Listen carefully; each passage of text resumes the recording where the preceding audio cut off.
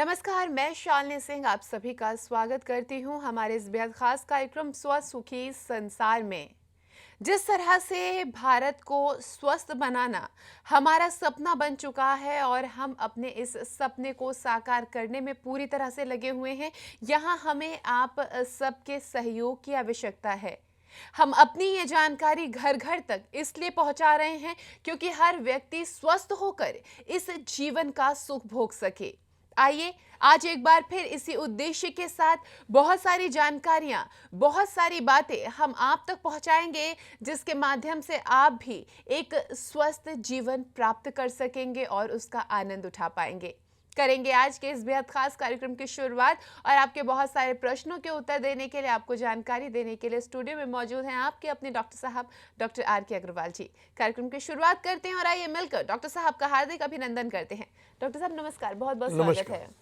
दर्शकों अभिनंदन है आपका भी कार्यक्रम में। देखिए, हमारे यहाँ जो ये कार्यक्रम हम कर रहे हैं, इसका एकमात्र उद्देश्य ये है, नंबर एक कि कोई व्यक्ति रोगी ना हो।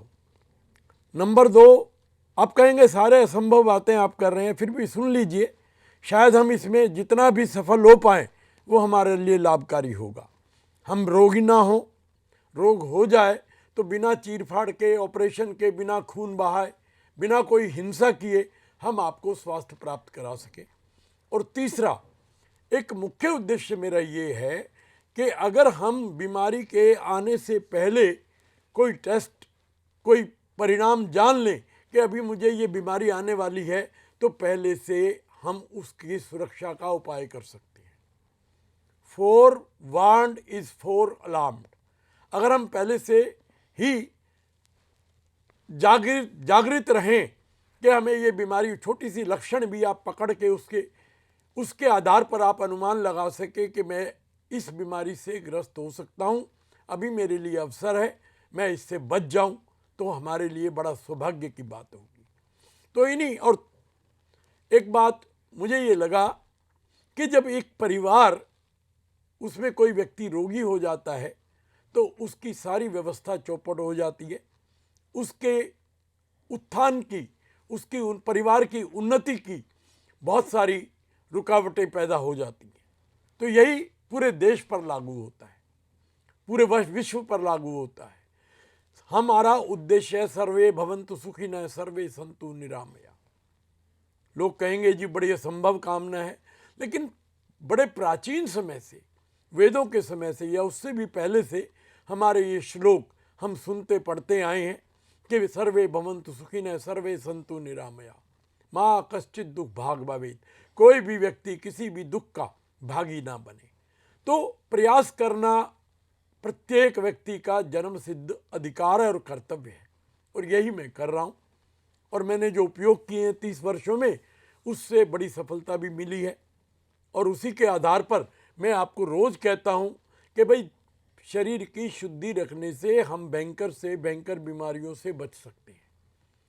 और बीमारी आ भी गई है तो शरीर के शुद्धि का उपाय करने से हम उस बीमारी से मुक्ति पा सकते हैं। ज़्यादातर आजकल हम बीमारियों के नाम पे जकड़े हुए होते हैं, अड़े हुए होते हैं, उनके साथ फंसे हुए होते हैं।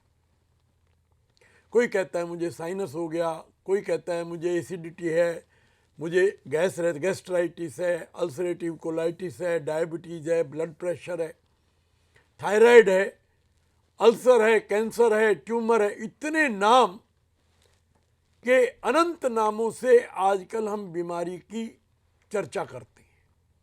किसी को आर्थराइटिस है, किसी को गाउट है, अनेक प्रकार के नाम हमारे मस्तिष्क में भर दिए गए हैं, जिनके कारण हम पूर्ण स्वास्थ्य की बात करने से चूक जाते हैं।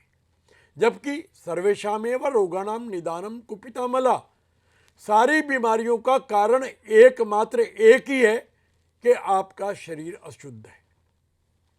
अगर कुपित मल, आप सुनते हैं ना, आप लैब में क्या टेस्ट कराने जाते हो, डॉक्टर बोलता है आपके बैक्टीरिया और वायरस और पैरासाइट हैं, आपके ब्लड में प्रोटीन कम हो गया, ये हीमोग्लोबिन घट गया, और SGOT, SGPT, एल्ब्यूमिन, प्रोटीन और यूरिक एसिड, अनेक प्रकार के कंपोनेंट या केमिकल्स का घटना बढ़ना आपको बताया जाता है।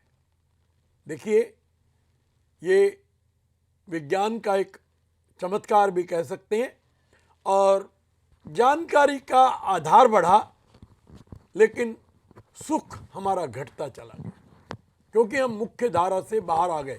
हम एक एक पार्ट को अलग अलग करके देखने लगे, एक एक कंटेंट बॉडी का हम छांटने लगे, लेकिन उससे स्वास्थ्य की उपलब्धि नहीं हुई। स्वास्थ्य की उपलब्धि एक विशेष बात है। साइंस के साथ इसमें सेंस भी चाहिए, जबकि साइंस बिल्कुल नॉन सेंस होती है। आप कहेंगे ये तो बड़ी गलत बात मैं कह रहा हूँ कि साइंस नॉन सेंस होती है, क्योंकि साइंस कभी कंप्लीट नहीं हो सकती। आप एक ही चीज़ का निर्णय करते हो, बाकी चीज़ें छूट जाती हैं, इसलिए कंप्लीट सेंस साइंस में नहीं होती। कहीं ना कहीं कोई ना कोई उसका एक सर्कलिंग और सराउंडिंग पार्ट छूट जाता है, जिसकी वजह से देखो कैसी अगर 100 साल का हम इतिहास देखें तो आज तो सारी बीमारियों को विदा हो जाना चाहिए था। जितनी उन्नति हमने मेडिकल साइंस में की है, उतनी बीमारियों के नाम बढ़ते चले गए। और अगर हम भारत की पॉपुलेशन का डाटा देखें तो 1920-1930 में जो सर्वे किए गए थे, उनके अनुसार उस टाइम मात्र 15% लोग बीमार थे और 85% लोग हेल्दी हुआ करते थे, जबकि आंकड़ा 2011 का उल्टा हो गया है। हर साल हमारी जनसंख्या का एक काउंटिंग होती है, सेंसस बोलते हैं उसको, तो उसमें अपने पूरे भारतवर्ष के रोगी लोगों की जानकारी भी ली जाती है कि कौन व्यक्ति किस रोग से पीड़ित है। उसका ये मैं आपको आकलन बता रहा हूँ। उसमें जो आया कि मात्र 15% लोग स्वस्थ हैं और उन पे भी शंका है कि वो कोई बीमारी उनको है या नहीं। 85% लोग, 100 में से 85 लोग किसी ना किसी बीमारी से ग्रस्त हैं।